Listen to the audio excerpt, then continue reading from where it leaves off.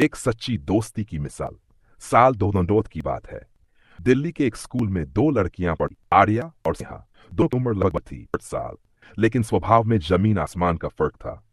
आर्या शांत, समझदार और पढ़ाई में तेज थी, जबकि स्नेहा चुलबुली, बातें बनाने में माहिर और हर गतिविधि में आगे रहने वाली। दोनों की पहली मुलाकात 8वीं कक्षा के पहले दिन हुई थी। क्लास टीचर ने उन्हें एक ही बेंच पर बैठा दिया। शुरुआत में दोनों के बीच ज्यादा बात नहीं हुई, लेकिन कुछ ही दिनों में दोनों की दोस्ती गहराने लगी। स्कूल का हर लंच ब्रेक, हर ग्रुप प्रोजेक्ट, हर फंक्शन वे साथ साथ बिताने लगी। स्नेहा को जब भी गणित में कोई दिक्कत आती, आर्या उसकी मदद करती। वहीं जब आर्या कभी किसी भाषण या डिबेट के लिए नर्वस होती, तो स्नेहा उसका हौसला बढ़ाती। धीरे धीरे यह दोस्ती सिर्फ स्कूल तक सीमित नहीं रही। वे एक दूसरे के घर जाने लगीं, एक दूसरे के परिवार को जानने लगीं, त्योहार साथ मनाने लगीं। समय बीता गया और वे 10वीं कक्षा में आ गईं। वह कक्षा जो हर विद्यार्थी के लिए महत्वपूर्ण होती है। पढ़ाई का बोझ बढ़ा, प्रेशर भी ज्यादा हो गया, लेकिन दोनों की दोस्ती पहले जैसी ही बनी रही। 10वीं के बोर्ड एग्जाम के बाद जब रिजल्ट आया, तो दोनों के रास्ते अलग हो गए। आर्या को साइंस में दाखिला मिला, जबकि स्नेहा ने कॉमर्स चुना। अब दोनों अलग अलग सेक्शन में थीं, लेकिन दिल में एक दूसरे की जगह वही रही। 11वीं कक्षा के बाद छुट्टियों में दोनों ने मिलकर एक सोशल प्रोजेक्ट शुरू किया, गरीब बच्चों को पढ़ाना। इस प्रोजेक्ट के दौरान उन्होंने एक ऐसी दुनिया देखी जो उनकी अपनी जिंदगी से बिल्कुल अलग थी।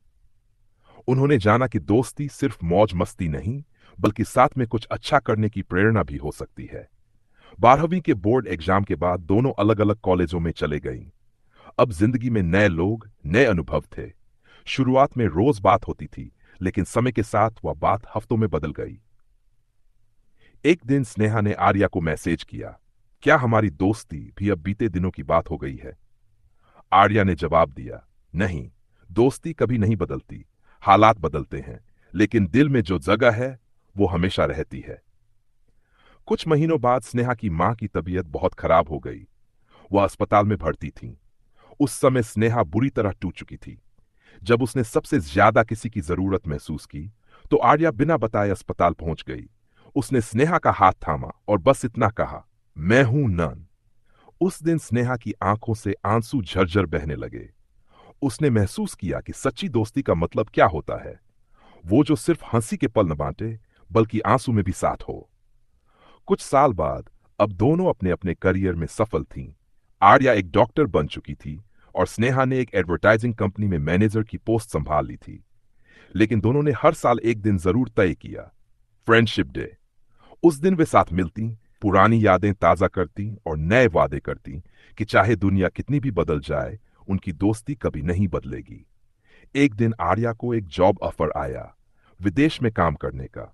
वह बहुत खुश थी, लेकिन एक अजीब सी बेचैनी भी थी, स्नेहा से दूर जाने की। जब उसने स्नेहा को यह खबर दी, तो स्नेहा मुझसे बोली, दूर जा, मेरे वहां हमेशा तिस्त हैं।